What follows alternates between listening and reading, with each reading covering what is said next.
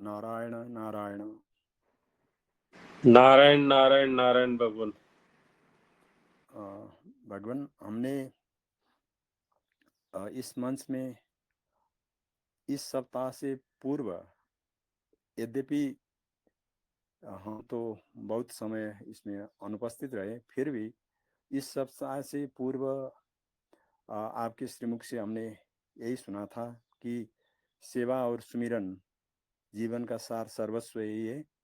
आपने सेवा और सुमिरन की निष्ठा एकादशी लगायत पावन पर्व का व्रत निष्ठा और गौ सेवा की निष्ठा के बारे में आपका उस समय विशेष आपका जोड़ इसी में था। इस सप्ताह में आपने दूसरे प्रसंग आपने रखा, सनातन जो हमारा सभ्यता, संस्कृति और सनातन शाश्वत मूल्य मान्यताओं पर अधर्मी विधर्मियों ने किस प्रकार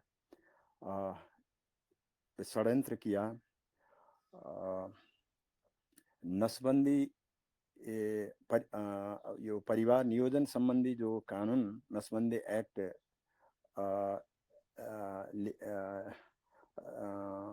को लाकर और हिंदू मैरिज एक्ट लेकर भूमि संबंधी एक्ट और वक्फ बोर्ड जैसे बहुत कुपथगामी ऐसे एक्ट लाकर हिंदू सनातन हमारी जो सभ्यता हो उस पर कुठाराघात और षड्यंत्र किया। इस विषय में आपने विशद आपका उद्बोधन रहा भगवान।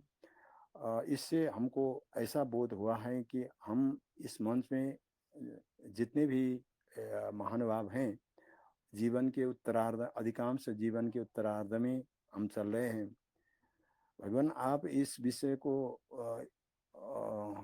क्यों रख रहे हैं? हमने इसमें थोड़ा चिंतन किया कि अभी जो कानूनी प्रावधान और सामाजिक जो संरचना, सामाजिक जो मनोदशा है, उससे हम इस कानून जो व्यवस्था है उस व्यवस्था में हम परिवर्तन करने में हम समर्थ तो नहीं हैं। फिर भी आपने इस विषय इस कारण रखा होगा, हमको ऐसा लग रहा है भगवान। जो हमारी शाश्वत मूल्य मान्यता था उससे हम कैसे विचलित हुए, किस प्रकार हमको इस अवस्था में लाया गया, इससे हमको बहुत पश्चाताप होना चाहिए। पश्चाताप से ही हमारा जो विकार विकृति उसमें शोधन होता है। इस भावना से और हमारी संतति को इस बात की जानकारी कराने से, हमारे सेवा सुमिरन में नाम निष्ठा न होने से भी, यदि अंतकाल में हमने इस विषय को चिंतन करते करते हमारा शरीर छूट गया तो उस पश्चाताप के अग्नि में हमारा जो चित्त में थोड़ा सा भी शोधन होता है।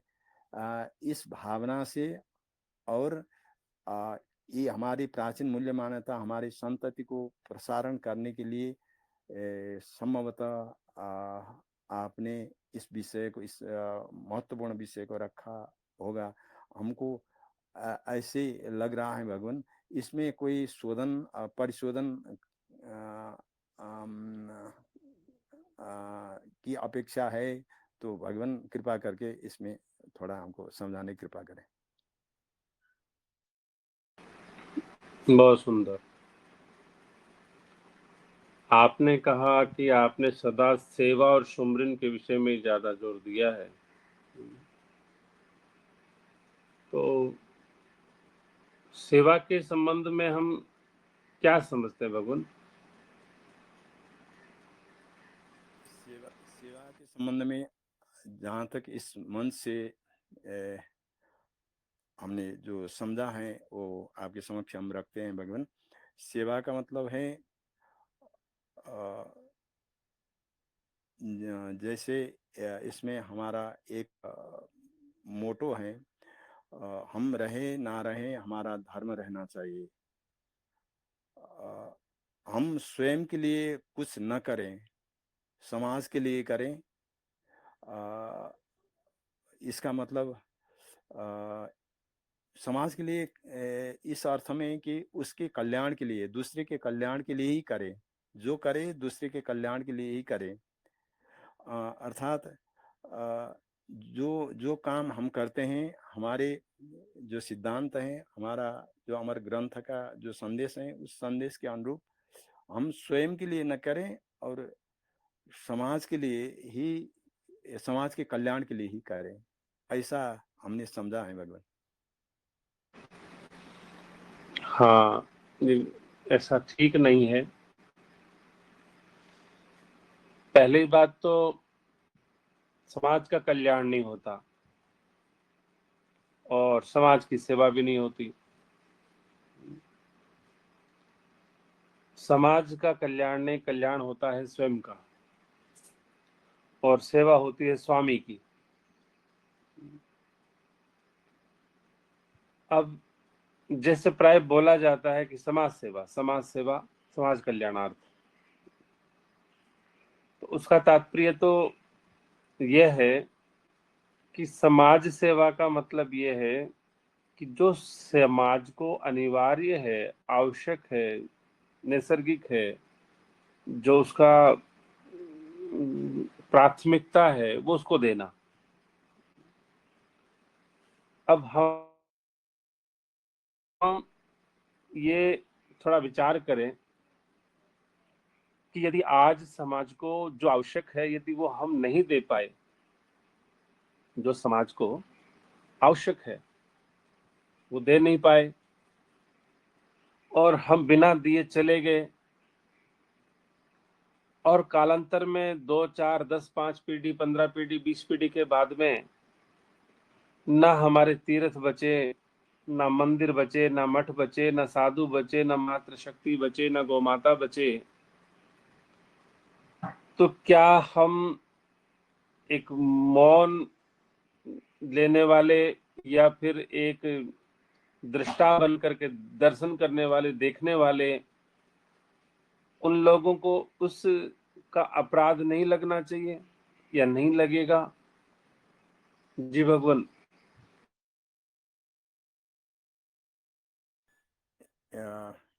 यदि हम वो कर्तव्य से हम च्युत हो गए, तो हमारी जो संतति, हमारा जो समाज है, वो कुपथगामी बन गया, तो उसका दोष जरूर हमको लगता है भगवान। तो भगवान, आपने कहा कर्तव्य से च्युत हो गए, तो हम सनातनियों का क्या कर्तव्य है? जैसे अधर्मी श्री गीता जी में स्पष्ट कहते हैं भगवान कि जिस तरह से एक भोगी, एक कामी, एक संसार में आसक्त, राग में निमग्न, वो जो जिस तरह से अपना कार्य करता है, उसी तरह से, उसी निष्ठा से तुम धर्म की राह पर भी उसी शिद्दत से अपना कर्म करो। कहने का मतलब ये है, भगवान ये क्यों कहते हैं कि जैसे वो लोग अधर्मी करते हैं वैसे तुम भी करो। अब अधर्मी जो दिन रात लगा है, प्रचार प्रसार कर रहा है, झूठा प्रोपोगंडा करता है, झूठा ही काम कर रहा है, झूठा मतलब सब काम झूठा कर रहा है, और हम जो धर्म को मानने वाले हैं, यदि हम ये सोच के बैठ जाएं कि नहीं सब भगवान करेंगे, और हमारा तो सिर्फ एक अपना आत्म सुख लेने का वो जो एक वो आनंद की स्थिति है, उसी में निमग्न रहने का ये चीज ही रखे हम, तो इस बार में यदि विचार करें तो जितने भी संत ऋषि मुनि महात्मा आज लगे हुए हैं, भाई हमको आनंद की, परमानंद की जो परिभाषा पता है, निसंदेह उससे ज्यादा परिभाषा परम पूज्य प्रातः स्मरणीय महाभाग श्री शंकराचार्य पाद को भी होगी। जी भगवान। जी सम्यक श्रवण हो रहा है भगवान। हाँ, जैसे हमारे पूरी पीठाधीश्वर भगवान हैं, तो उनको भी तो उस आत्म सुख की अनुभूति तो होगी कि वो आत्म सुख है क्या। हम जी एकांत में, शांति में एकदम निमग्न होकर के भगवान का ध्यान करें, उसी का सब कुछ करें, जबकि वो तो संन्यास प्रति में है। उनका संन्यास तो आश्रम है, और वो इतनी वयोवृद्ध भी हैं, फिर भी अनवरत यात्रा कर रहे हैं कि नहीं भगवान। जी प्रभु जी। वो क्यों आक्रोश में आते हैं, क्यों जनता को जगाते हैं, क्यों सेनाएं खड़ी कर रहे हैं, क्यों समाज को उठा रहे हैं, क्योंकि वो जानते हैं ये सनातनी होने के नाते मेरा सर्वप्रथम धर्म है, और यदि मेरी इस अकर्मण्यता के कारण से कल को ये समाज मारा जाता है, ये समाज अपनी गति से मरेगा तो मरेगा, उसका अपना क्या कर सकते हैं, लेकिन मेरी अकर्मण्यता, मेरी उदासी, मेरी उपेक्षा के कारण से यदि मारा जाता है, तो मैं मेरे स्वामी को क्या मुख दिखाऊंगा। मैं मेरे स्वामी के सामने कैसे जाऊंगा। हिसाब तो देना पड़ता है ना। जी भगवान। जी जी जी जी प्रभु, ये बहुत ही हृदय विदारक और बहुत ही हृदय को बहुत स्पर्श करने वाले जो तथ्य आपने रखा भगवान। दूसरा हम निवेदन करें, कदाचित यदि हमारी एक ऐसी दशा हो गई है कि हमें अपनी सुध ही नहीं रह पा रही है, जैसे महाप्रभु के जो गंभीरा जी में बिताए हुए जो पल हैं, जो क्षण हैं, उन्हें अपने शरीर की भी शुद्ध नहीं है वहां पर। कहाँ वस्त्र है, कहाँ क्या है, भोजन कौन दे रहा है, क्या ला रहा, मतलब कुछ होश नहीं, उनको बिल्कुल भी कुछ नहीं पता। यदि हम उस स्थिति में हैं, तो फिर तो हम निर्दोष हो जाएंगे। यदि हम उस स्थिति में हैं, तब तो निर्दोष हो जाएंगे। लेकिन यदि हमें ये भान है, ये पता है, ये संज्ञान है कि अमुक तो मेरा घर है, अमुक मेरे माता पिता हैं, अमुक मेरी सहधर्मिणी है, अमुक मेरी संतति है, अमुक मेरा समाज है, यदि इन सब का हमको यदि भान है, इतनी बहिर्मुखता यदि हमारे हृदय में है, तब तो निसंदेह हमको पूरी शक्ति और सामर्थ्यता समाज को भी दिशा देनी चाहिए। जी भगवान। जी प्रभु जी जी।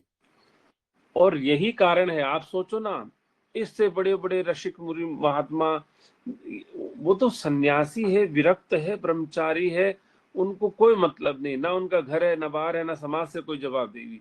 यदि वो नहीं भी जगाएंगे समाज को, तो उनकी जवाबदेही तो नहीं बनती है, क्योंकि वो सन्यास ले चुके हैं।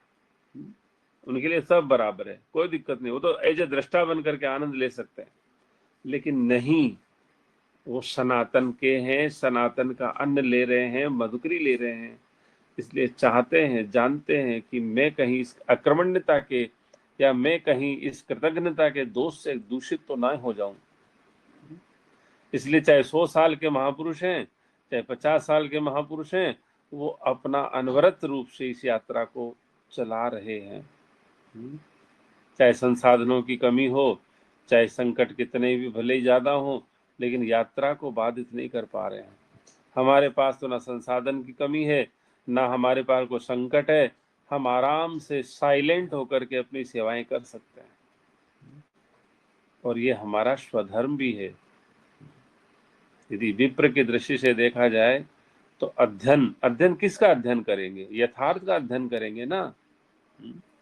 सत्य का तो अध्ययन करेंगे या असत्य का अध्ययन करेंगे? अब जो हमने जितने प्रमाण रखे हैं, वो प्रमाण रखे हैं उस सत्य को बाधित करने वाले प्रमाण, कि उनको सत्य को कैसे उन्होंने कुंठित किया है, कैसे बाधित किया है, कैसे समाज को सत्य से दूर किया है योजनाबद्ध तरीके से। तो ये अध्ययन करना तो एक विप्र की शैली है। विप्र को अन्वेषण करना चाहिए कि समाज का पतन क्यों हो रहा है, समाज के पतन से समाज को कैसे बचाया जा सकता है। ये विचार देना विप्र का स्वधर्म है कि नहीं? तो अध्ययन करेंगे तो अध्ययन किस बात का करेंगे? कोई अधर्म का या कोई ऐसे अनैतिक अध्ययन तो करेंगे नहीं, तो शास्त्र सम्मति करेंगे। जी भगवान। जी प्रभु, आपने ऐसी करुण प्रसंग रखा कि उन महापुरुषों का जो वेदना है, वो वेदना को थोड़ा सा भी हम नहीं समझते हैं भगवान। इस तो हम जैसे विप्र के लिए तो ये धिक्कार की बात है भगवान। नहीं, ऐसा नहीं। जैसे हम बात आपसे कह रहे हैं कि आप घर के मुखिया हैं, और घर के मुखिया हैं और आपको बहुत सारी सेवाएं घर में करनी होती। अब घर में और भी 10 सदस्य रहते हैं, यदि वो सेवा आप अकेले करेंगे, वो स्थिति अच्छी है, या फिर सब मिलकर के थोड़ी थोड़ी सेवा स्वतः करने लग जाएंगे, वो स्थिति अच्छी है? जब सब व्यक्ति थोड़ा थोड़ा सेवा करेंगे तो वो जो कर्म है, जो सेवा की अवस्था है, वो तो समाप्त होती हैं। जब एक ही करता है तो व्यापक कर्म शेष रहता है भगवान। जी, कहने का मतलब है, गुरुजन महापुरुष जब राह दिखाते हैं, यदि उस राह में हम अपना सहयोग कर दें, गिलहरी प्रयास कर दें, यदि हम अपना गिलहरी प्रयास कर दें, किसी की बोलने की सेवाई है, किसी की चलने की सेवाई है, किसी की कुछ, मतलब अपनी सेवा जो यदि करेंगे, तो उन गुरुजनों को सुख मिलेगा। जिस पीड़ा से वो व्यथित हैं, मान लीजिए आपके यहाँ आते हैं काठमांडू में, और वो देखते हैं कि श्री विश्वनाथ जी ने तो यहाँ पे 1000 विप्रों को बिल्कुल पवित्र आचरण में निमग्न कर रखा है, त्रिकाल संध्या सब कर रहे हैं यहाँ तो बिल्कुल, और ये सब लोग प्रेरित कर रहे हैं, सब लोगों को स्वतः कर रहे हैं, गुरुकुल की व्यवस्था भी कर रखी है। एक तो ये स्थिति में वो आते हैं, देखते हैं, दर्शन करते हैं, उनको हृदय को प्रसन्नता मिलेगी या नहीं मिलेगी? निश्चित निश्चित मिलिए भगवान। और एक स्थिति में वो आते हैं कि श्री विश्वनाथ जी तो जो बिल्कुल सुबह बैठते हैं, शाम तक बैठे रहते हैं, एकदम स्थिति इनकी बहुत ही उत्तम है, बहुत अवस्था ठीक है, अच्छी है, लेकिन पड़ोस में, घर में, सब जगह पाप फैल रहा है, सब लोग अपने धर्म से च्युत हो गए हैं, कोई शिखा नहीं, सूत्र नहीं, कोई संध्या वंदन नहीं, कुछ नहीं कर रहे हैं। वो प्रसन्न होके जाएंगे, भगवान दुखी होके जाएंगे? तो वो तो दुखी होकर जाएंगे और विश्वनाथ को अधर्मी कहेंगे भगवान। कहने का मतलब भगवान यही है कि सेवा और सुमरन अवश्यम भावी है, अनिवार्य है, वो करना ही चाहिए। लेकिन आज समाज में थोड़ी भ्रांतियां इतनी बड़ी फैल गई है कि कोई सेवा को नहीं समझता है और सुमरन भी नहीं समझता है। सब यही कहते हैं राम राम करो भाई, राम राम करो, लेकिन राम राम बिना सेवा के होता ही नहीं है, कभी नहीं होता। और जो राम राम बिना सेवा के करते हैं, उसका परिणाम तो जो वर्तमान में दिखाई दे रहा है ऐसा ही होता है भगवान। ऐसा ही होता है उसका परिणाम। जी भगवान। जी जी प्रभु, ये तो बहुत स्पष्ट है भगवान, बहुत स्पष्ट है। फिर एक जिज्ञासा और है भगवान। जी। हमने बाल्यकाल में किसी एक भगवान के भक्त की पुकार हमने सुना था। उसमें उन्होंने कहा कि हे भगवान, आप महान गणितज्ञ हैं। आपका कितना आश्चर्यजनक है भगवान। अ, आप सब बालक बालिका गण को समान रूप से पैदा करते हैं। आप कैसे महान गणितज्ञ हैं, ऐसा उन्होंने शास्त्र के आधार पर कुछ भगवान के गुणों का उन्होंने उसमें वर्णन किया है भगवान। अ, आपने इस उद्बोधन में बहु विवाह, मल्टीपल मैरिज की बात शास्त्रीय प्रमाण से ही आपने रखा भगवान। अ, समान बालक बालिका गण पैदा करने वाले भगवान, महान गणितज्ञ भगवान। और शास्त्र में बहु विवाह की भी जो प्रमाण आपने रखा भगवान, इसको तारतम्य कैसे हम बिठा सकते हैं भगवान? नहीं, शास्त्र में समान की कहाँ बात है, क्या समानता है? हमारा गोत्र समान नहीं है, हमारे प्रवर समान नहीं है, हमारे की आंखों की रेटिना समान नहीं है, हमारे हाथों के फिंगर समान नहीं है, हमारी संस्कृति, कल्चर, व्यवस्था ये सब समान नहीं है, हमारी सेवाएं सब भिन्न भिन्न है। समानता किस तरह की समानता है? जो समाजवाद की हम बात कर रहे हैं, जो साम्यवाद की जो बात कर रहे हैं, उसका परिणाम तो देखो ना। अभी अभी एक किसी ने, हमारे जाजू जी ने पोस्ट डाली है, एक किसी ने, मतलब महानुभाव ने, अब क्या बोले, उनका नाम क्या बोले, दुष्ट बोलेंगे, दुराचारी बोलेंगे, महानुभाव जो बोले समझो, उन्होंने एक बकरी के साथ पाणी ग्रहण किया। अभी क्या अभी एक बकरी के साथ पाणी ग्रहण किया है। बाकायदा बकरी का श्रृंगार हो रखा है, लिपस्टिक, सब वो श्रृंगार जो मातृ शक्तियां करती हैं, वो श्रृंगार करके भी पाणी ग्रहण विधिवत किया है। ये समानता का परिणाम है, ये उस साम्यवाद का परिणाम है। समानता किस बात में? सनातन में समानता कौन सी है? किस तरह की समानता है? हमने कहा है, आज हम लोग कहते हैं कि हम सामाजिक हैं। तो सामाजिकता की परिभाषा क्या है? इसके संबंध में तो ऑडियो वीडियो डले हुए हैं अपने, कि सामाजिकता क्या है, समानता क्या है, सेवा क्या है, सुमृत, ये सब चीजें तो डली हुई है। लेकिन हम बात ये पूछना चाह रहे हैं कि क्या घर में हम 5 सदस्य हैं, पांचों सदस्यों की हाइट एक है क्या? लंबाई चौड़ाई भी एक नहीं होती है, पांचों का वजन एक नहीं होता है। तो यदि एक माता पिता के जुड़वा संतान भी हो तो दोनों का वजन अलग अलग है, हाँ, लंबाई भी अलग हो सकती है, और रेटिना तो अलग होगा ही होगा, फिंगरप्रिंट तो अलग होगा ही होगा। जी भगवान। भगवान, हमने जो जिज्ञासाएं स्पष्ट करने में हमको थोड़ा भाषा के माध्यम से थोड़ा दिक्कत हो रहा है भगवान। हमने इस तरफ संकेत नहीं किया है, हमने संकेत इस तरह किया है कि हमारे शास्त्र में बहुविवाह की भी व्यवस्था है। फिर जो पैदा होता है, बालक बालिका गण पैदा होता है, उस समान रूप से, जैसे 50 लाख बालिका गण है तो 50 लाख करीब आसपास में बालक गण ही होता है। फिर बहुविवाह की जो व्यवस्था है, उससे तो समाज में असंतुलन होता है, ऐसा हमने संकेत किया है भगवान। बहुत सुंदर प्रश्न किया आपने, बहुत सुंदर प्रश्न किया। इसका जवाब एक तो ये है कि शास्त्र ये कहता है कि अपात्र को पाणी ग्रहण का अधिकार नहीं है। क्या शास्त्र ये कहता है? अपात्र को पाणी ग्रहण का अधिकार नहीं है। और शास्त्र ये कहता है कि जो मातृशक्ति है, जो बालिका हैं, वो जन्म से ही पात्र हैं। क्या भगवान? जी, बालिका जन्म से ही पात्र है जी। जो जन्म से ही पात्र है। अब बात ये आई कि बालिका तो जन्म से ही पात्र मिलेगी आपको, और बालकों के लिए नियम ये कर दिया गया कि यदि बालक पात्र हो तो ही पाणी ग्रहण करें। यदि अपात्र बालक का पाणी ग्रहण माता पिता ने भी करवा दिया तो वो उसके कारण से नरक जरूर जाते हैं। क्या भगवान? जी जी यदि प्रभु। अपात्र बालक का, अपात्र मतलब बच्चे का पाणी ग्रहण माता पिता ने झूठ पाखंड बोल करके कैसे भी करके करा दिया, अपना कुल चलेगा, वंश चलेगा ना, तो उसको क्या है, नरक जरूर जाना पड़ता है। अब बात ये आई कि साहब, बालक तो फिर कम भाई अधिक हो गए, या बालक बालिका अधिक होगी?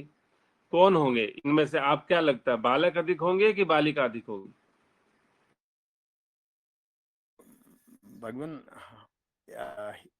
हमने नेपाल की जो तथ्यांक है, उस तथ्यांक को देखा है, तो प्रत्येक 10 वर्ष के तथ्यांक यहाँ सरकार लेती है, उसमें कभी बालिका गण का संख्या बढ़ जाता है, कभी बालक का जी, करीब आसपास में ही रहता है भगवान। हाँ, नहीं भगवान, वैसे आप ये देखेंगे कि जिस समाज की जैसी व्यवस्था है, औसत रेशो वैसा ही होता है। औसत रेशो तो ये है भगवान कि जहां अधर्म फैल जाता है, जहां पर अधर्म फैल जाता है, वहां कन्या की प्राप्ति खत्म हो जाती है। मतलब कन्या उत्पत्ति भी खत्म हो जाती है। और यदि आप ये देखेंगे कि जहां पर बालक कम है और बालिकाएं ज्यादा हैं, और आपको ये और नियम पता है कि पात्र बालक का ही पाणी ग्रहण करना है, तो उस स्थिति में हर बालिका का पाणी ग्रहण होना चाहिए कि नहीं होना चाहिए? मान लीजिए 1000 बालिका है और वहां पर 400 बालक हैं। अब बालिका तो 1000 है, 400 बालक हैं। अब 400 बालक ही पात्र हैं, भले वो 700 थे, तो 300 तो वैसे कट गए। अब आपकी 1000 बालिकाओं का पाणी ग्रहण 400 बालकों के संग होगा या नहीं होगा? जी भगवान जी।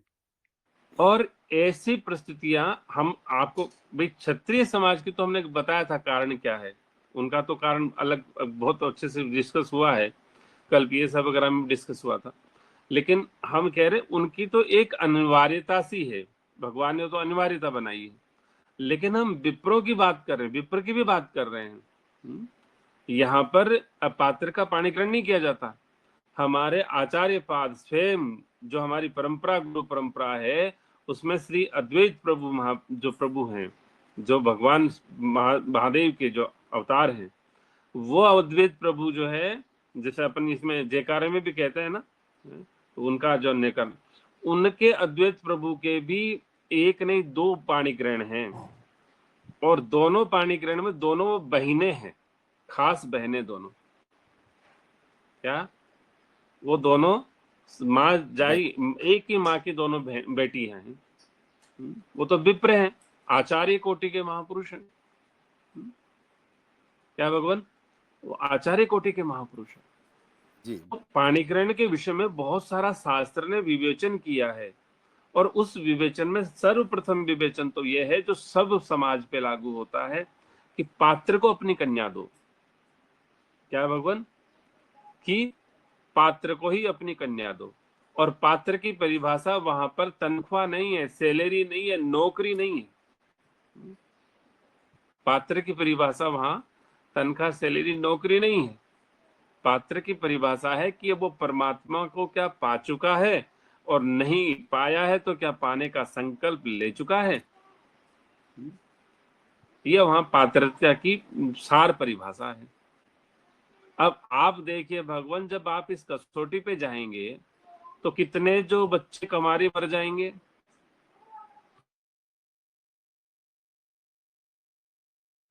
बीच में थोड़ा व्यवधान हुआ भगवान, वाणी का थोड़ा व्यवधान हुआ, हमको सुनाई नहीं दिया। हाँ, हम ये कह रहे हैं जो पात्र की परिभाषा शास्त्र ने दी है कि जिसने परमात्मा को चाहा हो या परमात्मा को पाया हो, उनको अलावा वो पात्र किसी को नहीं मानते हैं।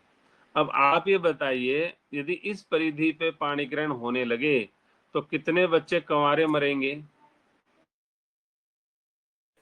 वर्तमान वर्तमान समय के यदि आकलन करें तो भगवान वो विवाह करने योग्य एक ही नहीं रहेगा। अब विवाह करने योग्य नहीं रहेंगे, और विवाह करना हर माता पिता का स्वप्न है। सब माता पिता अपना बाल का विवाह करना चाहते हैं, वंशवृद्धि करना चाहते हैं।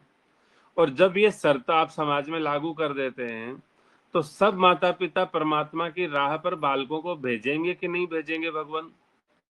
जरूर जरूर जी। और जी जब परमात्मा की राह पे जाएंगे तो वो गुरुकुलीय पद्धति के बिना तो मिलने वाले नहीं है। जी जी। तो आपका हर बालक, जैसे उनके बालक बच्चे मदरसा जा रहे हैं, तो आपके बालक भी, आपके बालिकाएं भी सब गुरुकुल जाने लग जाएंगी। जी और इतना मात्र करने से ही समाज, राष्ट्र, संस्कृति, सभ्यता, परंपरा बच गई कि नहीं भगवान? जी बहुत सुंदर जी। जी कहने का तात्पर्य ये है, हम लोग यदि धर्म से उपेक्षा रखेंगे और धर्म का मर्म नहीं समझेंगे तो सच बात यह है, यकीन मानिए, हमारे कुल, खानदान, वंश सब नष्ट होने वाले हैं। क्या? वो नष्ट होने वाले हैं। अब सब कुछ नष्ट ही हो जाएगा तो फिर क्या करेंगे, मतलब फिर क्या होगा? अपराध तो लगेगा हमको भी। हमने सिर्फ एक विज्ञान बताया, हल्का सा पाणी ग्रहण के विज्ञान, मतलब पाणी ग्रहण का विज्ञान भी यदि आज समाज समझ ले तो समाज में तत्काल रूप से धर्म की स्थापना हो जावे। क्या भगवान? यदि पाणी ग्रहण को समझ ले तो कोई, भाई क्षत्रिय की तो अनिवार्य परंपरा ही है ही मल्टीपल मैरिजेस की, लेकिन हम तो ये कह रहे हैं कि विप्रों की भी बता रहे हैं। हमने तो विप्रों का दृष्टांत दिया आपको, क्योंकि विप्र में भी ऐसा नहीं कि आप कुपात्र को अपात्र को अपनी कन्या दे दो, नहीं दे सकते। और जरूरी नहीं कि सभी विप्रों का ब्याह हो, बिल्कुल जरूरी नहीं। जी भगवान। इस विश्लेषण से आपका ये जो विश्लेषण है, इस विश्लेषण से तो हमको ऐसा लग रहा है भगवान, आपने तो उद्बोधन में केवल सूत्रात्मक बात ही रखा था। इसकी जो रहस्य में हम प्रवेश करेंगे तो बहुत विलक्षण बात सामने आ रही है भगवान। यही तो हम कह रहे हैं भगवान कि आप लोगों ने इस विषय के साथ न्याय नहीं किया है। क्या? इस विषय के साथ न्याय नहीं किया। न्याय कब होता है किसी विषय के साथ में? जब उसमें पर्याप्त मात्रा में आप जिज्ञासाएं रखते हैं। जब तक उस विषय को डेप्थ में खोला नहीं जाता है तो आदमी क्या सोचेगा? जब तक वहां जिज्ञासाएं, प्रति प्रश्न ये नहीं बनते हैं तो समाज उससे उतनी प्रेरणा नहीं ले पाता। फिर तो सोचता है चलो साहब इन्होंने कह दिया, आपने क्षत्रियों का कह दिया। दूसरी बात आपने ये कही थी कि आज के संदर्भ में ये जो बातें हैं ये कुछ हमको एप्रोप्रिएट नहीं लग रही हैं। मतलब क्या करेंगे इनको जान के भी हम क्या करेंगे? आपके संज्ञान में हम एक बात देना चाहते हैं भगवान, आज के समाज में तो सब समाजों में सब समाज जो है वो इन इन बातों से इनको प्रैक्टिकल कर रहा है। क्या भगवान? सर्व समाज इन बातों को प्रैक्टिकल कर रहा है। आज जो भी जिनके भी पाणीकरण होते हैं, आप ये मान के चलो वो 2-3 जगह तो अपना मतलब कहीं न कहीं किसी ने मन दे दिया, किसी ने दिल दे दिया, किसी ने शरीर दे दिया। मतलब ऐसा नहीं है कि वो एक निष्ठ रह रहे हैं। और सरकार ने उसकी व्यवस्था भी कर रखी है। जब सरकार उधर एक तरफ कहती है कि बहुविवाह प्रथा गलत है जी, और दूसरी तरफ सरकार कहती है कि आप लिव इन रिलेशनशिप में रह सकते हैं जी। आप सोचिए कि कितनी पागल सरकार है। अब ऐसी पागल सरकार को कौन माने? जो बिल्कुल पागल है वो तो मान सकता है, जिसमें थोड़ी बहुत बुद्धि है वो कैसे मानेगा? भाई जिस कार्य को आप कह रहे हैं कि गलत है और उसी कार्य को आप कह रहे हैं कि पानी ग्रहण के बिना आप करो तो कोई दिक्कत नहीं है, पानी ग्रहण के बिना कर लीजिए। तो आप सोचिए ना कि आपके समाज को, आपकी संस्कृति को, आपकी परंपराओं को नष्ट करने का कितना बड़ा षड्यंत्र चल रहा है। और यदि हम उस षड्यंत्र से बिल्कुल आंख मूंद के बैठे रहें तो हमारी संस्कृति परंपरा कैसी होगी? आप सोचते हो कि हम तो मर जाएंगे, हमारे मरने के बाद क्या पड़ी?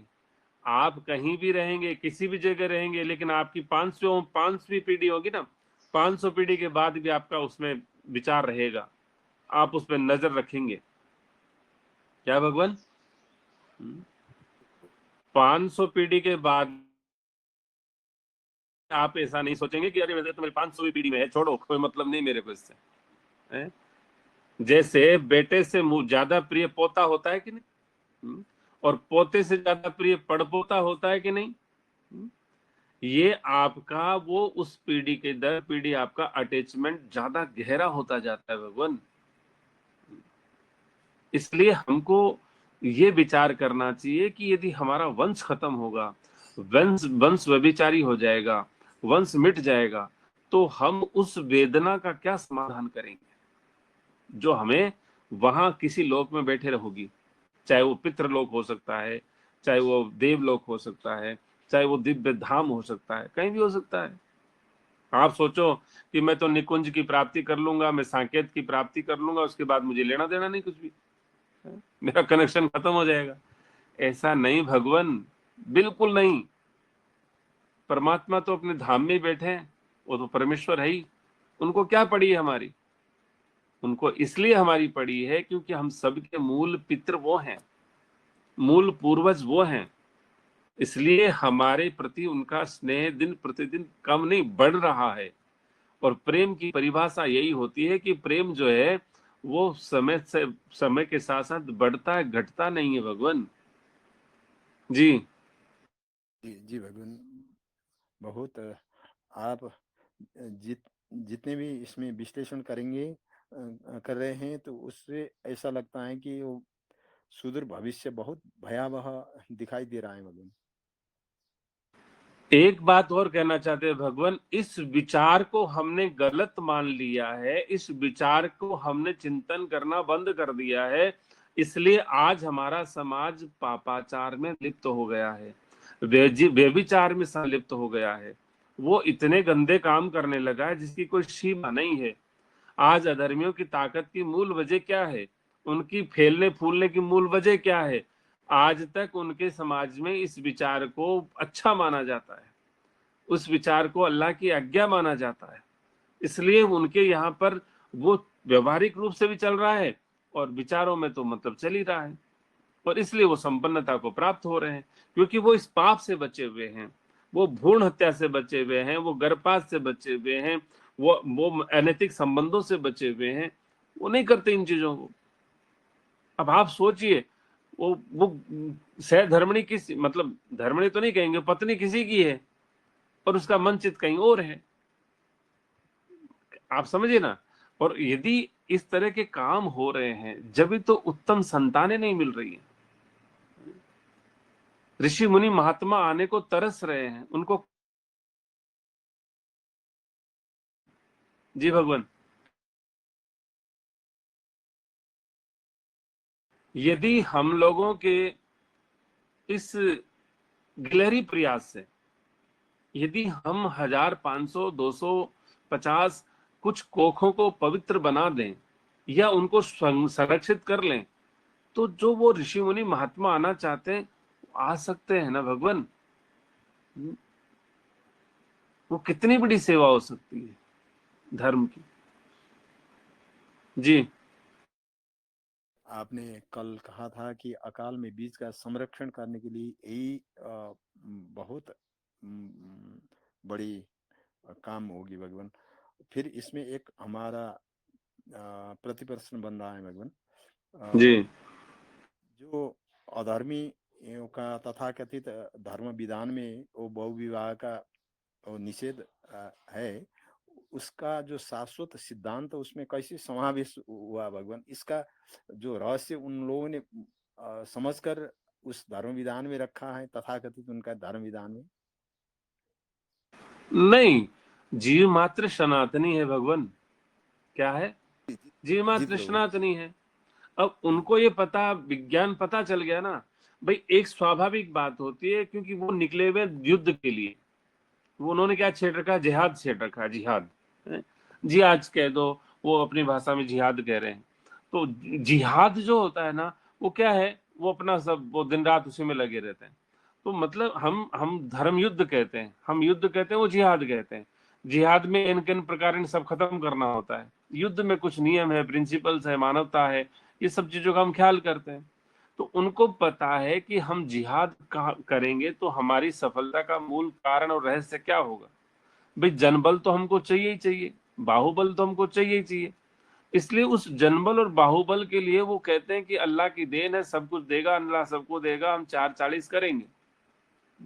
और चल रहा है कार्यक्रम, ये व्यवस्था चल रही है उनकी। तो भूखे तो मर नहीं रहे, सरकारी भी उनको राशन दे रही है, सब संस्थाएं दे रही है, खुद भी खा रहे, मेहनत भी कर रहे हैं। कहने का मतलब है कि उन्होंने देखा कि धर्म की रक्षा करने वाले जो समाज की विधि क्या थी, परिपाटी क्या थी, उनकी पद्धति क्या थी। समाज में जो धर्म की रक्षा करता था ना, उस समाज की जीवन शैली क्या थी। यदि आज हमको आपके ऊपर अध्ययन करना होगा तो हम सोचेंगे ना कि श्री विश्वनाथ जी की तपस्या का, उनकी प्रताप का क्या कारण है, रहस्य का उनको देखो इनको। तो जो आप कर रहे होंगे फिर हम भी वैसा ही करेंगे। तो धर्म की जो उस खोज ने उनको ये परिणाम दिया कि साहब यदि हमको इस व्यवस्था को, महात्मा जो लोगों ने काम किया है वो हमको करना पड़ेगा। उनके यहाँ जो सुरक्षा का जो चक्र है उसको भेदने के लिए हमको उसी नियम पद्धति से चलना पड़ेगा। तो पता है कि साहब इनके यहाँ बहुविवाह प्रथा है, इसलिए अनेक रानियां हैं, अनेक राजा हैं, वो उनके अनेक रानियां हैं और बालक हैं, खूब सारे बालक हैं, कोई दिक्कत नहीं, इनकी डेयरिंग होती है। हमने हर बार ये कई बार कहा है कि मातृशक्ति की गर्भाधान अवस्था के, वैसे शास्त्रों में हमने कई बार बताया है कि पति पत्नी को एक पलंग पे शयन निषेध होता है। क्या भगवान, ये इतनी छोटी सी बात भी आज समाज को पता नहीं है भगवान। अब इतनी सी बात जब उनको नहीं पता है तो गर्भाधान के बाद का जो संयम है, जो नियम है, जो कानून है, जो विधि है, वो भगवान कहां से लाएंगे जी वो। और गर्भाधान के बाद में जो व्यभिचार करेंगे तो फिर क्या संतति आएगी, क्या संस्कार आएंगे, कैसे होगा भगवान। और सब कुछ तो हमारी सृष्टि तो गर्भाधान पे तो टिकी है भगवान, हम इसको इतना अपवित्र क्यों मानते हैं। ये हमारे वैदिक रीति रिवाजों में, षोडश संस्कारों में सबसे पवित्र संस्कार है ये। इस संस्कार में पूर्वजों का आशीर्वाद भी होता है, आपके देवी देवताओं का आशीर्वाद होता है और आपका जीवन का संकल्प होता है। तो ये जरूरी है कि नहीं, ये भजन है कि नहीं है। और विप्र तो इस पर बहुत विचार करते हैं। विप्रों के तो उपदेश में सर्वप्रथम होती है बात। और यदि वही विप्र यदि आज सोचे कि मैं मेरे आत्म सुख के लिए मैं मेरी कंदराओं में रहूं, गुफा में रहूं, कुटिया में रहूं, तो हमारा ऐसा विचार है, हमारा ऐसा थोड़ा सा गुरु जी कृपा से जो मिला हुआ उसमें ये आता है कि उस विप्र से कहीं ना कहीं अपराध रह जाएगा और ये अपराध उनको फिर बाद में सालता रहेगा, उनको कांटों की तरह चुभेगा, चाहे वो किसी लोक में बैठे रहे। जी भगवान जी। आपका ये श्री वचनों से हमको बहुत कुछ समझ में आया भगवान। हम अकेले ही जिज्ञासा रखेंगे तो मंच में वो निरस्ता पैदा होगी। हम नहीं, नीरसता की बात नहीं भगवान, जी जिज्ञासा हम सबकी है। किसी के जी पास वो विचार नहीं हो सकता, आपके पास आ सकता है। जब तक हमारे पास विचार हो, जिज्ञासा हो, रखना चाहिए। हमें तो प्रभु। इतना लगता है भगवान कि कई बार ऐसा आग लगता है, कई बार विचार आता है कि हर मंच पर ये प्रखरता से इन बातों को रखना चाहिए, समाज को बचाना हो तो। जी जी और नहीं तो फिर तो आज का कुछ नहीं।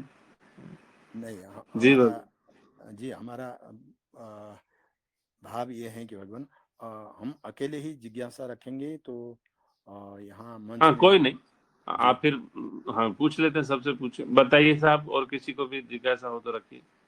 इसमें एक बात राधे राधे वो ये है, वैसे पंडित जी महाराज जो रख रहे हैं बहुत अच्छा है, हमारे तो ऐसे विचार बनते ही नहीं है। लेकिन एक बात जिज्ञासा में ये आ रही है, जैसे अभी अपने यहाँ ये जो राजा जी वाला प्रसंग कल भी बताया गया था कि भाई पंडित जी देखो, अगर हमारे जैसी संतान चाहिए तो फिर खूब करो, चाहे जैसे करो, और अगर आपको इस तरह की प्रज्ञावान, धैर्यवान, शीलवान, वीर्यवान, प्रतापी और संस्कारी बालक चाहिए तो फिर गर्भाधान के मुहूर्त का इंतजार करिए, है ना। तो अब प्रश्न ये आता है कि जैसे अभी ये बात जो अपना जो भी सब्जेक्ट चल रहा है उसमें तो ये आ रहा है कि भाई मान लीजिए कि इतने सारी रानियां हैं या इतने सारी या अनेक अन्य, जैसे विप्रों के लिए भी आपने बताया, या एक जन सामान्य के लिए माने कि भाई अनेक संतान उसके होनी चाहिए, लेकिन वहां तो मुहूर्त का विज्ञान लग रहा है और वहाँ देखा जा रहा है कि वो सब जो है बढ़ते जा रहे हैं। तो उधर तो बड़ा, उधर तो मुहूर्त का कोई चक्कर नहीं है, वहां तो केवल मात्र ये रहता है कि भाई हमारे को धर्म युद्ध करना है, यानी अधर्म युद्ध करना है, अधर्म की पाले से लड़ रहे हैं तो अधर्म युद्ध करना है। और इधर जो है कि भाई वो धर्मयुक्त संतान होगी तो उसका वर्ष मान लीजिए 4 वर्ष बाद मुहूर्त आएगा कि 5 वर्ष बाद आएगा कि नहीं आएगा कि क्या है, तो वहां वो उसका चिंतन रहेगा। तो क्या जब धर्म का चिंतन ये रहता है कि भाई हमारी संतान धर्म के लिए है, तो क्या वो वो उस मर्यादा का अतिक्रमण कर सकता है वहां पर, या उसी मर्यादा से चलेगा कि भाई वो इंतजार करेगा 5 वर्ष का, 2 वर्ष का, जो भी उसका समय मान लीजिए आता है जी। ये प्रश्न एक आया था हृदय में। अरे कैसे करेगा अतिक्रमण मर्यादाओं का? अतिक्रमण थोड़ी होगा, हैं? वो तो नहीं होगा। दूसरी बात आपने कही, अधर्मी तो ऐसा विचार होता नहीं उनका, तो उसको ऐसा सिस्टम नहीं है। इसीलिए तो आज फिर धर्मात्माओं को इस विषय में विचार करने की नितांत अनिवार्यता हो गई कि नहीं। भाई आज नितांत, भाई उनकी औसत उम्र है पाणी ग्रहण की 13 वर्ष की, मान लो, और जी आपकी जी। औसत उम्र है 33 वर्ष की। पहली बात तो यही खत्म होगी कहानी। हाँ। अब उनके पाणी ग्रहण है औसत कम से कम 4, आपका पाणी ग्रहण है 0.70%। जी जी तो अब आप इस रेशो से गणित के कोई भी सामान्य स्टूडेंट को भी ये अनुपात और इसका भविष्य बताओगे तो बता देगा साहब इतने वर्ष बाद में धर्म खत्म हो जाएगा सम कंप्लीटली। ठीक बात मतलब वो कह देगा 40 साल बाद, 30 साल बाद, 50 साल, ये खत्म हो जाएगा सब कुछ। तो आप ये बताओ भाई 50 साल में तो दूसरी पीढ़ी चलती है, भाई 50 में तो दूसरी पीढ़ी चल रही है। और हमने कहा जितनी पीढ़ी गहरी होगी आपकी उतना प्रेम प्रगाढ़ होगा आपका। क्या जी जी जी जी। है? मूल से ब्याज अच्छा लगता है ना सबको। हाँ और हाँ। आप अनुभव भाई 3 पीढ़ियां तो देख ही रहे होंगे, आपके पिताजी को आपसे ज्यादा पोता अच्छा लगता है, आपको भी पोता ही लगेगा। तो कहने का मतलब है ये कोई जटिल गणित हम नहीं बता रहे हैं, सामान्य गणित बता रहे हैं। तो अब उसमें बात इतनी सी है कि अन्य समाज में ये विचार क्यों नहीं किया गया, उसका कारण मैं पहले बता चुका हूं, क्योंकि वहां मरने खपने का कोई डर नहीं रहता है। ठीक है, और युद्ध में चाहे कोई कितना ही वीर महावीर हो क्यों ना हो, वीर गति तो होती ही होती है। किसी न किसी को तो होती ही होती है, ऐसा तो नहीं है कि होगा ही नहीं साहब। हम तो कोई नहीं, एक भी नहीं हथियार होगा, उधर ही सब कुछ होगा साहब, ऐसा कभी किसी युद्ध में नहीं होता है। तो और होता है जो अपवाद होते हैं। तो कहने का मतलब है ये सब माने। अब तीसरी बात ये है कि आपने कहा कि उनके यहाँ तो विचार, जैसे कि अन्य वर्णों में तो ऐसा विचार नहीं दे रखा, तो अन्य वर्णों में क्योंकि गर्भाधान की विशेषता, मुहूर्त की विशेषता अन्य अन्य भिन्न भिन्न होती है। क्या किसी को भक्त ही चाहिए, किसी को संत ही चाहिए, किसी को विरक्ति चाहिए, किसी को ब्रह्मचारी चाहिए, किसी को प्रतापी, उसका अलग अलग विज्ञान है नक्षत्र और सारी चीजों का। तो अब वो चीजें अब सबके तो बात बन जाएगी, लेकिन इस चीज के लिए बहुत थोड़ा क्लिष्ट है ये विज्ञान। तो इसलिए है। और बाकी बाकी 3 वर्णों में तो ऐसे विधि ही नहीं है, सब विज्ञान ही नहीं है, कोई मतलब ही नहीं है। तो वो चीज है मेन बात जी। इसका मतलब आपने ये कहा कि जो वो क्या बोलते हैं उसको, गर्भाधान का जो विज्ञान है कि भाई ये मुहूर्त वाला जो सिस्टम है वो केवल विशेष रूप से क्षत्रिय वर्ण के लिए ही विशेष है, मुहूर्त वाला विज्ञान है। नहीं, मुहूर्त तो सबको ही होता है, मैंने कहा भांति भांति के मुहूर्त होते हैं, लेकिन जो क्षत्रियों को जो मुहूर्त की अनिवार्यता जो चाहिए ना, वो बहुत रेयरेस्ट है। वो मतलब इतना ज्यादा प्रचंड मात्रा में या इतना मतलब फ्रिक्वेंटली नहीं मिलता है। जी जी जी। इसका मतलब ये है कि भाई अपने अपने वर्ण धर्म के अनुसार उसके मुहूर्त जो है अलग तरीके से निकाले जाएंगे। अब निकाले जाएंगे कि नहीं तो विप्र का बात है, ऐसा विज्ञान मुहूर्त विज्ञान है। लेकिन आप ये सोचो, इतिहास में देख करके जब आप देखोगे कि जैसे राजा लोग रहे हैं, प्रतापी वीर महावीर कल्पना से परे, ऐसे चीजें पाने के लिए आपको विशेष मुहूर्त की अपेक्षा रहती ही रहती है। समझ गए? जी जी जी। हाँ, और ऐसे थप्पड़ मुक्कर तो सभी कर लेता है, हर आदमी करता है, चाहे कोई भी हो। है? हर आदमी को डिफेंस तो इनबिल्ट है, तो भाई कोई मारेगा तो 2 4 तो वो भी मारता है। ये सामान्य विधि तो, सामान्य प्राणी तो सब जगह ही है जी। जी राधे राधे।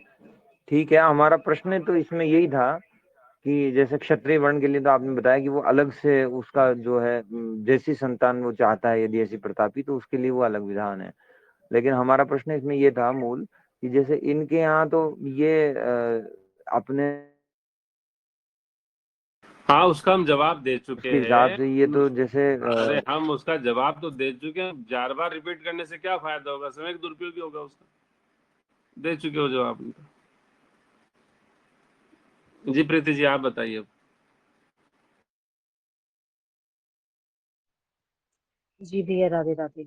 जी राधे आपने राधे। बताया कि जैसे इस कहीं पर भी हैं, अपन पितर हैं, कोई भी लोक में है, देवलोक में है, तो हमें ये तो सावता ही रहेगा कि हमारे वंशज क्या गलत कर रहे हैं, क्या सही कर रहे हैं। तो इस प्रकार तो बहुत सारी जो अनंत जन्म हो गए, तो यही सब सबका ध्यान ही रखते रहेंगे क्या? और इस तरह से भी बताते हैं कि ये जो रिश्ते हैं वो तो इसी जन्म में ही है, अगले जन्म में अलग रिश्ते होते हैं। मरने के बाद भी ये सब चीजें ध्यान रहती है क्या? क्यों नहीं रहती है? नहीं रहती तो फिर पितृदोष की जरूरत ही क्या थी? क्यों परेशान होते हम लोग? भाई क्यों नहीं है जरूरत? जरूरत है। अनंत रिश्ते याद ही रहेंगे फिर, क्यों रिश्ते नहीं जब रहेंगे जन्म आने छोड़ेंगे। भाई? क्यों, क्या दिक्कत है? वेदना तो रहती है ना कुल खानदान में। अब आपकी स्मृति कमजोर है क्या? आपकी प्रज्ञा शक्ति ठीक नहीं है? मरने के बाद सबकी ठीक हो जाती है, एकदम टकाटक रहती है, कोई दिक्कत नहीं आती। मरने के बाद सब प्रज्ञा काम करती है एकदम, बिल्कुल। जी जी। और राधे राधे। एक और। जी। हाँ, बोलिए बोलिए प्रीति जी भैया, हाँ वो दिमाग से निकल गया दूसरा प्रश्न, इतनी देर में मामा जी रख लेंगे बात। जी। जी बताएं, द्वारकाधीश से चरण दंडोत। जी राधे राधे। हाँ अभी राधे जैसे राधे। जो चर्चा इस सप्ताह में जो चर्चा चली है, तो उसमें आपने ये स्पष्ट किया है कि भाई वर्तमान स्थिति के जो दुर्दशा जो होगी है उसके कारण कुछ स्पष्ट किया आपने। तो राधे राधे, ये कारण तो आपने स्पष्ट कर दिया कि भाई इस तरह की जो गलतियां हमसे हुई है, जो गलत मान्यताएं अब समाज में फैल गई है, उसकी वजह से ये दुर्दशा हो रही है। तो अब वर्तमान परिस्थितियों में इसका निवारण क्या है? जैसे आपने अभी स्पष्ट किया कि भाई जो रेशियो है अधर्मियों का और धर्मियों का, तो बहुत जल्दी 1-2 पीढ़ी के बाद ही, मतलब यही स्थिति रही तो धर्म खत्म होने वाला है। हालांकि वो अलग बात है कि धर्म कभी खत्म नहीं होता, उसकी व्यवस्था ठाकुर कुछ करते हैं, लेकिन धर्म करने वाले लोगों का खात्मा लगभग से है कि अगर ये चलती थी तो और दूसरी बात में वर्तमान समाज की मान्यता का, विचारों का, सरकारी व्यवस्थाओं का, जैसे आपने स्पष्ट किया, तो उसके से सभी को विचार का एक तरीके से अधिकार दे दिया, प्रोटेक्शन। सरकार दुराचारियों के ही साथ खड़ी दिखाई दी हर जगह, तो व्यवस्था भी दुराचारियों के लिए कर दी। अब जो मतलब पुरानी व्यवस्था में लौटना चाहिए, लौटेगा कैसे? न तो समाज स्वीकार, न सरकार स्वीकार। वर्तमान में क्षमताएं भी जो है बहुत कम हो गई है। कि जैसे आपने कहा कि अभी ये शब्द आया था, एक वाक्य ये आया था कि भाई ज्यादातर लोगों का चित्त कहीं इधर उधर ही रहता है, पत्नी किसी की है या पति किसी के हैं और चित्त कहीं है। तो इन सब विकराल परिस्थितियों में तो आप समाधान, जब मतलब एक समाधान तो चर्चाओं से आप स्पष्ट होता है कि भाई वो बचपन से ही गुरुकुलीय पद्धति में अगर रहे तब तो समाज दिखाई दे रहा है। लेकिन जो पीढ़ी उस काम से वंचित रह चुकी, हो चुकी, वो क्या कर सकती है? जी राधे राधे दंडोत। देखो, आपने मूल प्रश्न तो आपका यही है कि अब इस समस्या का कारण तो पता चल गया है, अब इसका निवारण क्या है। अब दूसरी बात आपने कही कि जो पीढ़ी अब निकल चुकी है या जो प्राणीकरण जिनके हो चुके हैं या जो भी है, उनका तो क्या है, वो कुछ नहीं। अब जो आने वाली पीढ़ी है, पहली बात है, यदि आपने इस विचार को सही से स्वीकार नहीं किया, सही को सही और गलत को गलत नहीं स्वीकार किया, तो आप आने वाली पीढ़ी को ये विचार देंगे ही नहीं। और सब बच्चों को, बालकों को आपकी पीढ़ी से ही विचार मिलते हैं। क्या आज भी ऐसा कई समाज है जहां पर उनकी बड़ी विचित्र परंपराएं हैं, लेकिन वो परंपराएं उन बच्चों को उनके फैमिली से मिली है, उनकी पीढ़ी दर पीढ़ी मिली है, तो वहां उनको कोई अजीबोगरीब नहीं लगता है। तो मूल बात यह है कि आज हमारी स्थिति में जब हम ये सोच लेंगे, समझ लेंगे, ठीक से जान लेंगे कि नहीं, बात तो ये सही है, तो एक तो आप जो अपने संतानों को, उनको इसके लिए मेकअप करने लगेंगे, इसे गलत नहीं समझेंगे, इसको गलत नहीं मानेंगे। दूसरी बात आपने कही थी, आज तो स्थिति यह है कि कोई इधर उधर मुंह मारता ही रहता है, तो उसका कारण क्या है? उस कारण को समझोगे कि आप यदि उस कारण को नहीं समझोगे और उसी को ढक्कन लगाते रहोगे। अब उनके पाणिग्रहण 13 साल का औसत है, तो यहाँ पाणिग्रहण 33 में होता है, तो अब 33 को कोई पाणिग्रहण का समय नहीं है। अब 33 में पाणिग्रहण करके वो करने वाला क्या है भाई? एक विचार अपन करें तो करने वाला क्या है? ना तो उसका वानप्रस्थ सधेगा, यदि वो वानप्रस्थी भी बनना चाहे तो 33 का पाणिग्रहण मान लो जल्दी से भी हो जाता है तो उसका टिंगर तो 15-16 साल का रहेगा, सबसे बड़ा वाला, और हो सकता है 1-2 कर ले तो हो सकता है 10-11-12 साल का टिंगर है। अब 10 साल के टिंगर को छोड़ के वो कौन सा वानप्रस्थ साध लेगा? मतलब सब कुछ खत्म हो जाएगा ना। तो हमारा कहने का तात्पर्य ये है कि हम इन विचारों को समझेंगे तो समय से कन्यादान करना शुरू करेंगे, उसकी उस तरह विचार करेंगे। नहीं तो आज तो ये कहता है साहब 25 की तुम्हारी छोरी, तो आज 2-4 साल तो बाकी है, कोई बात को नहीं। ये आइडियोलॉजी बदलेगी, चेंज बदलेगा। आप कुछ बदलेंगे तो फिर आपकी पीढ़ी में कुछ ज्यादा बदलेगा, वो कुछ और ज्यादा बदलेंगे, तीसरी पीढ़ी तक हो सकता है थोड़ा सा पूरा विचार बदल जाए। जी जी जी। तो मतलब लेकिन वहां पे प्रश्न ये भी आ रहा था ना कि तीसरी पीढ़ी का अवसर मिलेगा क्या? अब देखो, जिस जिस भगवान स्पीड कहते से हैं, परिवर्तन हो रहा है। हाँ वो हम कह रहे हैं, वो मानते हैं। अब ये तो हमारे पूर्वजों की गलती रही या हमारी गलती रही है, मान लो आप, क्या किसी ने गलती करी उसकी सजा हम भोग रहे हैं ना। अब किसी की गलती की हम सजा भोग रहे हैं, और आज भी हम गलती पे रहेंगे तो आने वाली पीढ़ी सजा भोगेगी कि नहीं? पहली बात तो ये है। और दूसरी बात ये है, भगवान ये कहते हैं कि जब तुम्हें बोध हो जाए उसी समय तुम संकल्प कर लो। क्या? जब तुम्हें बोध हो जाए उसी समय तुम संकल्प कर लो। क्या परिणाम होगा कि नहीं होगा इसकी कोई चिंता मत करो। अब हम आज बुढ़ापे में हमको बोध हुआ तो हम संकल्प कर लिए कि साहब यही अविचार, यही जीवन पद्धति है, इसी को हम स्वीकार करते हैं। तो हम जब इसको स्वीकार कर लेंगे तो हमारे जीवन में परिवर्तन आएगा, और परिवर्तन आएगा तो कालांतर में अपने परिवार में कोई न कोई ऋषि मुनि महात्मा या कोई महापुरुष या कोई वीर वीरांगना आ जाएंगी। अब आपको पता है, यदि धर्म तो चाहे छोटा सा ही हो, स्वल्प भी, वहां जहां धर्म होता है वहां भगवान आ ही जाते हैं, और जहां भगवान आ जाएंगे तो फिर तो कोई बात ही नहीं है। जब भगवान आ जाएंगे तो विजय तो वही होनी है। जी जी जी, मतलब इसका मतलब ये हुआ कि हमें जो ये विकराल स्थितियां हैं उनके सब के बारे में न सोच करके, विचार न करके, सिर्फ सिद्धांत को समझ के उसका पालन करने की आवश्यकता है बस। और क्या, मतलब हमको भविष्य की थोड़ी चिंता करनी होती है, हमको तो वर्तमान का पुरुषार्थ का विचार करना होता है। शास्त्र तो कहीं आज्ञा देता नहीं कि तुम भविष्य की सोचो भाई। हाँ, अतीत से तुम प्रेरणा ले सकते हो, अतीत से प्रेरणा ले सकते हो, और हमारे भविष्य ना ऐसा हो इसलिए हम आज अपना जो पुरुषार्थ है उसको ठीक से करें। ये बात तो आपके कार्य क्षेत्र में है, लेकिन साहब अब हम तो इतने रह जाएंगे, उतने रह जाएंगे, इसी कोई चिंता की बात ही नहीं है। हमने कहा था धर्म यदि कहीं भी सुरक्षित रह जाएगा जब तक धरती सुरक्षित रहेगी, क्योंकि धर्म रक्षित ही रक्षित है, भगवान रक्षा करेंगे। लेकिन अब समस्या ये है कि अब तो धर्म संपूर्ण रूप से, मूल रूप से खत्म हो रहा है सब जगह से। तो ऐसी स्थिति में फिर ये विचार आपको मिलना चाहिए कि नहीं, इस दिशा में कदम बढ़ाना चाहिए कि नहीं।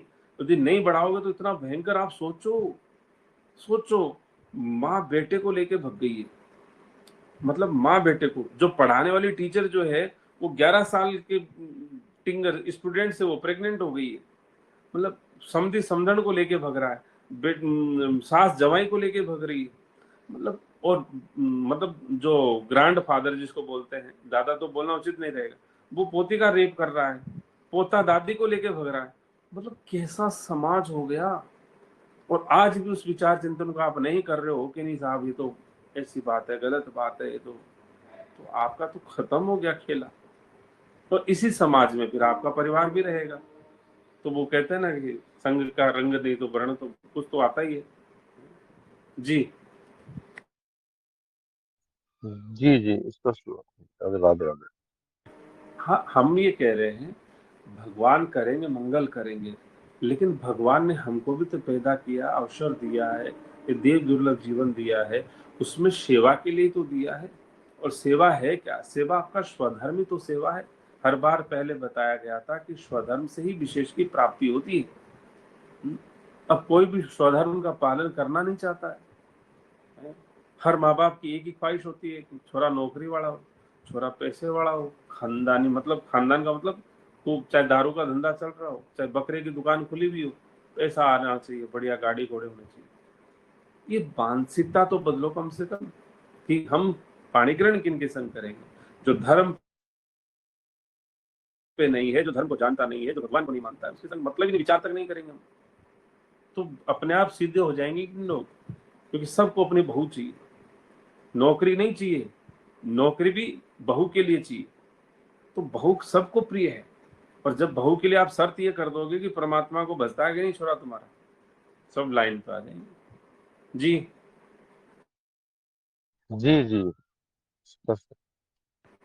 उनके यहाँ ये सिस्टम चलता है कि छोरा तो मदरसा जाता है जी, बिल्कुल अल्लाह अल्लाह करता है जी, कर देते हैं खट खट, सब चल रहा है।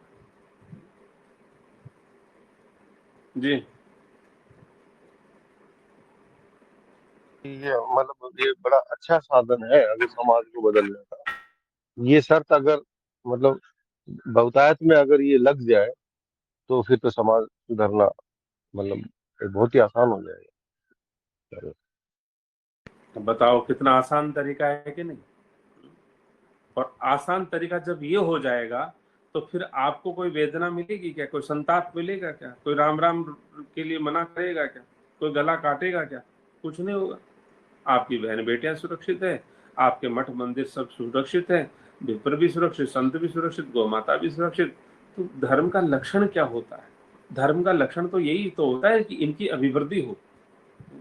धर्म का लक्षण यही तो होता है कि सब कीर्तन, हरिनाम, भगवान का भजन, ये सब प्रेम से हो रहा है, अबाधित गति से हो रहा है, निर्बाध गति से चल रहा है। यही तो होता होगा धर्म का लक्षण। भाई हम मंद मती आदमी है, ज्यादा तो जानते नहीं धर्म के बारे में। जी जी जी, मतलब अभी अभी तो लग रहा है कि समाज को ये चीज समझाई कैसे जाए या कैसे की जाए। लेकिन अगर ये हो जाता है थोड़ा मतलब कुछ संख्या में, तो फिर आगे फैलना, इसी चीज को बढ़ाना आसान हो जाएगा। बस शुरुआत की ही दिक्कत लग रही है कि ये मतलब 100 में से 5-10% लोग कब तक समझेंगे, ये शुरुआत कब हो जाएगी। तो ये बात आपकी सही है कि भाई जैसे 10% करने के लिए पहले तो कोई एक तो ढूंढना ही पड़ेगा। ऐसे ही शुरुआत में 10-20 भी अगर होंगे तो धीरे धीरे फैलेगा जरूर। और रास्ता वास्तव में आसान लग रहा है अब कि ये शर्त अगर हम लगा लें पाणी ग्रहण की, तो वास्तव में समाज मजबूरी में ही सुधरेगा, हर हालत में उसको सुधरना ही पड़ेगा।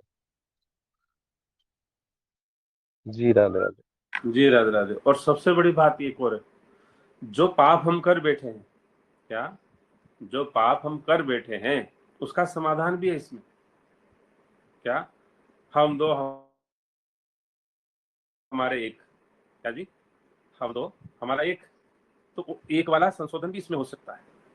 मान लीजिए एक तो है, अब उसको परमात्मा की तरफ आपने मोड़ दिया, वो पवित्र बन गया, आचरणवान, जो शर्तें हैं उस पर खरा उतर गया, और उसके 4 पाणीग्रहण हो गए। अब 4 पाणीग्रहण हो गए तो 4 बहू आई कि नहीं घर में? क्या 4 बहू आई कि नहीं? अब 4 बहू आई जी तो चारों तो लड़ेगी नहीं, एक आधी लड़ेगी, एक आधी तो बनी रहेगी। नियम होता है। तो कम से कम डोकरा डोकरी का साथ संभाल हो गई। दूसरी बात, क्योंकि हम दो हमारा एक था, अब 1 के तो 0 होने वाला था, अब उससे बच गए आप। हम 2, हमारा 1, हमारा 1 के 4, ये तो विचार हो ही सकता है। तो वापस से रिवर्स हो गया कि नहीं खेल? जी हम कह रहे हैं इसमें ठाकुर जी का इतना विस्तार पूर्वक गणित है, विस्तार पूर्वक गणित, लेकिन वो तो आप लोग जितनी जिज्ञासा करें उतनी कम है। जी राधे राधे। जी राधे राधे। प्रीति जी को याद आ गया तो रख देंगे। राधे राधे। जी प्रीति जी बताएं।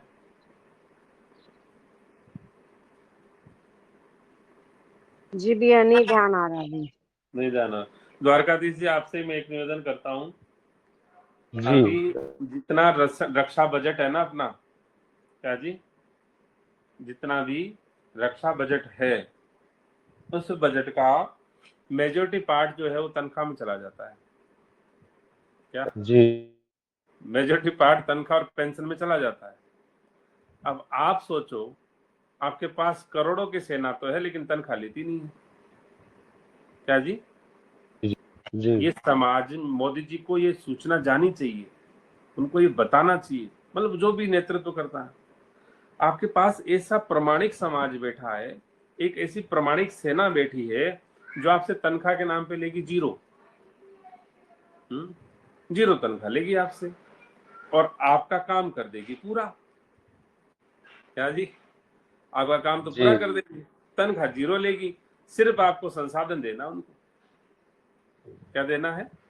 संसाधन देना है। जी मेरा मतलब है, यदि लीडरशिप इतना सा भी काम कर देना, इतना सा भी काम आज की डेट में भी, तो भी राष्ट्र डे 1 से सुरक्षित हो सकता है। क्या जी? डे 1 से सुरक्षित हो सकता है। तो भाई आपका कॉस्ट भी कुछ नहीं क्रिएट हुआ, मतलब वो भी कॉस्ट इफेक्टिव भी हो गया मामला, और राष्ट्र भी सुंदर हो गया, और सीमाएं तो सुरक्षित है। जी जी जी ये भी मतलब एक है विषय, इस पे भी और चर्चा की जा सकता है। तो पर और ये कह तो दें। थोड़ी बात की बात है। हाँ जी।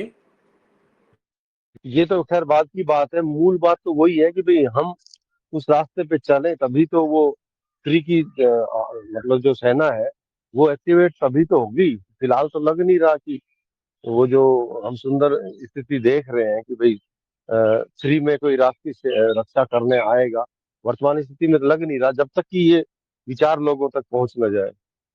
नहीं, पहली बात हम बताते हैं, वो तो हमारे पास मंत्र है। कहने का मतलब ये है कि आज भी इस समाज को जब आप पकड़ोगे, क्या जी, इस समाज को जब आज भी पकड़ोगे ना तो फ्री में मरने को तैयार है।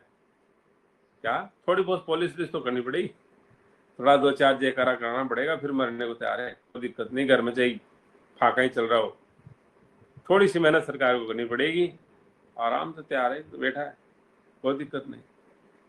कहने का मतलब ये है, ये विचार क्योंकि सरकार क्या पता मानेगी कि नहीं मानेगी, अब ये तो पता नहीं, हमने तो बीज बो दिया, लेकिन अब वो मानती है तो राष्ट्र की रक्षा में इमीडिएट इफेक्ट से भी कुछ न कुछ तो रिलीफ मिलेगी। जी जी जी नहीं, ये बात तो सही है कि वो जो पॉलिसिंग वाला काम तो इन तनख्वाह वालों के लिए भी करना ही पड़ता है। तनख्वाह वाले भी मरने के लिए सहज तैयार नहीं होते हैं, वो पॉलिसिंग का काम तो करना ही पड़ता है। हाँ, तो वो तनख्वाह वालों को जितना करना पड़ता है उतना नहीं करना पड़ेगा इस समाज के लिए। क्या उतना नहीं करना पड़ेगा, बस थोड़ा बहुत ही करना है, काम हो जाएगा, क्योंकि वो जीन्स में है, डीएनए में है, तो ज्यादा जोर नहीं आना। जी जी पर मैं तो ये कहता हूँ अभी पॉलिस की वर्तमान जरूरत ही नहीं है। हम्म, मैं अपने राम हम्म, तो ये कहते हैं पॉलिस की जरूरत ही नहीं है, अनाउंसमेंट की जरूरत है, और संसाधन उपलब्ध करा दो। क्या जी? संसाधन उपलब्ध जी करा दो और अनाउंसमेंट कर दो, बस खत्म कहानी। इतना सही जरूरत है। जी जी जी सही बात है बिल्कुल। कभी कभी तो ऐसा लगता रहता था इन बातों से कि समाधान बिल्कुल आसान ही है समस्याओं का। हाँ, वो तो आसान तो है, सिद्धांत है ना, सिद्धांत है तो सिद्धांत तो आसानी बना देता है, लेकिन अब सिद्धांत को ना मानो तो जटिलता इतनी ज्यादा है जिसकी कोई सीमा नहीं है। और हमको मतलब ऐसे मानना ऐसा है हमारा, मतलब संशय तो क्या कहें, लेकिन ऐसा मानना है कि ये सरकार तो इस विचार को मानेगी नहीं। क्या जी? ये सरकार इस विचार को नहीं मानेगी, तो कोई बात नहीं। जैसे मान लीजिए अन्य कंट्रीज में, बहुत दूर देशों में, जैसे अमेरिका है, इजराइल है, या कई कंट्री ऐसे हैं जहां पर कंपलसरी मिलिट्री ट्रेनिंग होती है कि नहीं? कंपलसरी होती है ना वहाँ सबके लिए, हाँ हाँ, कई कई देशों में है। है ना? कई देशों में। तो रशिया है, तो आप ऐसा करो ना, सिर्फ इस सोसाइटी के लिए कंपलसरी मिलिट्री ट्रेनिंग कर दो, ना मातृशक्ति मना करेगी ना पुरुष वर्ग मना करेगा, कोई नहीं करेगा। क्या जी? कोई बना तो करेंगे ही नहीं। और आप मिलिट्री ट्रेनिंग तो दे दो उनको, आपको जब रिक्वायरमेंट हो तो रिकॉल कर लेना। क्या राधे राधे। आप रिकॉल? आजकल पता है, मतलब इसमें मैं थोड़ा सा रखना चाहता हूँ कि आजकल क्या हो गया कि ये, सेनाओं की जो सेवा है ना, इसको भी जॉब की तरह देखने लगे, क्योंकि आजकल उस तरह के युद्ध हो नहीं रहे। और जैसे ये अब लड़ाई हुई ना, ऐसे मैं तो कह रहा हूँ कि 2-4 साल में इस तरह की छुटपुट भेंट मुठभेड़ भी होती रहे ना, तो बहुत सारे लोग सेना में आना बंद ही कर देंगे अपना, भीड़ वाले, और फिर वो समाज ही आएगा। आपकी आवाज कट गई, क्या कह रहे हैं छोटी मोटी? मैं कह रहा हूँ कि ये आजकल क्या है, सैन्य सेवाओं को भी नौकरी की तरह करने लगे ना लोग, नौकरी मान के ही आ रहे हैं। तो अगर लड़ाई झगड़े होते रहे, लोग मरते रहे ना, तो फिर वो जो नौकरी करने आ रहे हैं वो नहीं आएंगे, अपने आप ही बंद हो जाएंगे आने। हाँ, वो तो छोड़ छोड़ के भी और भग गए, कारगिल हाँ, में भग खूब पिटे। जाएंगे। और जी जी, अभी तो स्थिति ये है हम्म, कि एयर डिफेंस, मतलब हमारी डिफेंस की तोपों की आवाज से ही लोग डरने लगे। राधे राधे। तो हम तो यही कह रहे हैं ना भाई, देखो जब तक कुछ नहीं होता है ना तब तक तो सब बढ़िया लगता है, लेकिन जब कुछ होगा, जब क्या होगा? इसलिए विचार करना चाहिए। इतनी मंदमती सरकार नहीं होनी चाहिए, इतनी मंदमती वाली व्यवस्था नहीं होनी चाहिए। आपको उन चीजों को नहीं नकारना चाहिए जो कि जो जीन्स में हो, जो डीएनए में हो, जो परंपरागत हो, जिसका इतिहास अनंत वर्षों पुराना हो, उनको नहीं नकारना चाहिए। जी जी राधे राधे। मैं भी हो रहा है और किसी का जी जी, राधे राधे। जी जी भैया, राधे राधे। राधे राधे। जैसे कि आपने बताया कि विवाह उसी का ही होना चाहिए जो बालक संकल्पित है कि मैं प्रभु को प्राप्त करूंगा या कर चुका हूँ। तो इसको हम जो श्री गीता जी में 4 तरह के भक्त बताए हैं उनसे जोड़ें, या पीएसएफ में जो 4 कैटेगरी बताई है उनसे जोड़ें? एक ही बात है, किसी से भी जोड़ लूं क्या? किसी से भी जोड़ लूं। तो पीएसएफ के हिसाब से तो कुतर्की का तो फिर वो तो कैटेगरी हट ही गई फिर विवाह के लिए। हाँ, और कुत्तर के जब थोड़े। बाद में फिर कुछ जिज्ञासु और फिर जो श्रद्धालु और विश्वासी, इनका विवाह हो सकता है यदि वो अपने उद्देश्य में आगे बढ़ रहे हैं तो। जी हाँ, और इनकी परिभाषा भी समझना चाहिए, है ना? ये है क्या? अपने जिसकी परिभाषा को मान के बैठे वही है क्या, कुछ अलग है? ये बात। जी जी भैया, इनकी परिभाषाएं ऐसे तो पीएसएफ में जिसको सुनी है कई बार। हाँ, वो पीएसएफ में हुई है सेवा की दृष्टि से, है ना? वाणिग्रहण की जी दृष्टि से कुछ अलग विज्ञान है उसका। जी जी, तो बताएं, सब अरे बता दें जैसे भी। ये थोड़ी ये नहीं होता, आप ओपीडी में कहीं भी ऐसे कर लेना चर्चा, यहाँ का नहीं चर्चा हुई, वो यहाँ की चर्चा जी नहीं। जी, जी मतलब जी प्रश्न ये रहा कि पाणी ग्रहण के हिसाब से और जो संकल्पित हैं, क्या प्रश्न रहा इसका? इसका प्रश्न किस तरह से बनेगा? हाँ भाई, वो संकल्प क्या है? जैसे कि संकल्प है तो सिद्धि है, संकल्प है, यदि शुद्ध संकल्प है तो सिद्धि जरूर मिलेगी। जैसे जैसे जादू जी का संकल्प शुद्ध था, आपका संकल्प शुद्ध था, तो सिद्धि मिल गई। तो मतलब यदि संकल्प शुद्ध है तो परमात्मा मिलेंगे ही मिलेंगे। तो तो परमात्मा मिल गया तो पाणी ग्रहण होगा, कोई दिक्कत नहीं। ठीक है, अब चलो विस्तार नहीं दे पाएंगे, भी लेट हो गए। हाँ श्री कृष्णा जी, आप कुछ कह रहे थे, मार्ग बात नहीं हो पाई आप। श्री कृष्णा जी जल्दी बताएं। जी राधे राधे। हाँ राधे राधे। जी हम तो ये कह रहे थे कि भाई अभी जब एक ही पत्नी का प्रावधान है तब भी इतनी अराजकता है चारों तरफ, है ना, और इतने है। और जब ये अगर ज्यादा बहु विवाह की तरफ अगर मान लो खुली छूट दे दी तो फिर ज्यादा अराजकता नहीं फैल जाएगी? अराजकता और तो फिर बहुविवाह से यूं अराजकता कैसे? जैसे अभी एक का ही है प्रावधान तो भी इतने ऐसे हो रहे हैं ना, जैसे आपने कहा कि कोई किसी को लेके भग रहा है, कोई किसी को लेके भग रहा है, और जब खुली छूट दे देंगे अरे तो उसका दिमाग ही इधर ही चलेगा। अरे श्री कृष्णा जी, जब चार होती है ना, जब चार होती है ना, तो वहां पर भगने भगाने की बात नहीं आती है। और आप इसको ऐसे मत लो, ये सामान्य चर्चा नहीं है। और चार किसको मिलेगी? भगने भगाने वाले को थोड़ी मिलेगी, उसको तो मिलेगी नहीं। जिसमें इतनी अक्ल नहीं होगी कि देवियों को रखना कैसा होता है, तो उसको चार क्या एक भी नहीं भारी पड़ती उस पर, तो वो एक ही नहीं समझती। नहीं समझ में आया आपको? जो परमात्मा को पाने का संकल्प लेके चलता है, जो धर्म को धारण करने का संकल्प लेके चलता है, जिसका जीवन धर्म के लिए समर्पित होता है, वो तो फिर सबको साध लेता है। वो एक ही बात थोड़ी। और नहीं सदने वालों से एक भी नहीं सद रही है, वो भी कहीं भग रही है। ऐसा नहीं है, आप ऐसे मत समझो कि सबको पकड़ के चार ब्याह कर दो। हमने ये भी कहा है अपात्र का पाणिग्रहण नहीं होना चाहिए। अपात्र का पाणिग्रहण रुका दोगे तो आपको पुण्य मिलेगा, पुण्य मिलेगा, ये भी तो कहा है। बात की जिस्ट को समझो, महत्व को समझो, सार को समझो। जी जी। और जैसे देवियां भी तो तैयार होनी चाहिए। वो कह रहे हैं कि चलो ये आप अपनी अपनी बातें करते हो, फिर हम ऐसे थोड़ी होता है।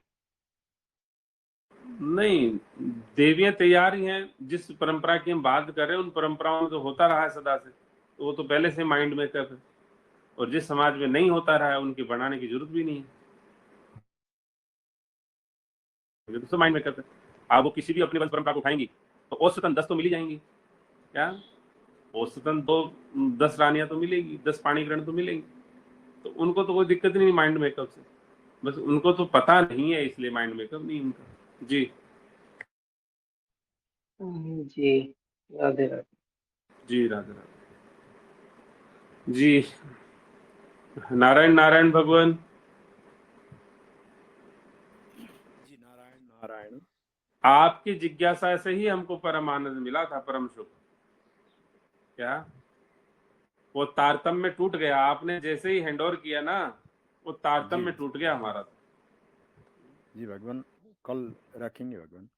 हाँ, मूल पते पे मूल आप डेप्थ में आपकी जिज्ञासाएं थी।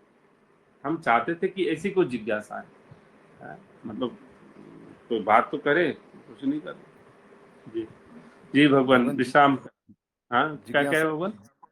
जी जिज्ञासा भी आपकी कृपा से ही आती है भगवान। नहीं भगवान, ऐसा है ना कि हम जब उसको पूर्वाग्रह से नहीं देखेंगे, किसी बात को जैसे है वैसे रख देंगे, तो विचार तो सबके आ रहे होते हैं, लेकिन सबको लगता है कि क्या पता ये रखना ठीक रहेगा कि नहीं। ये तो बहुत गलत बात है।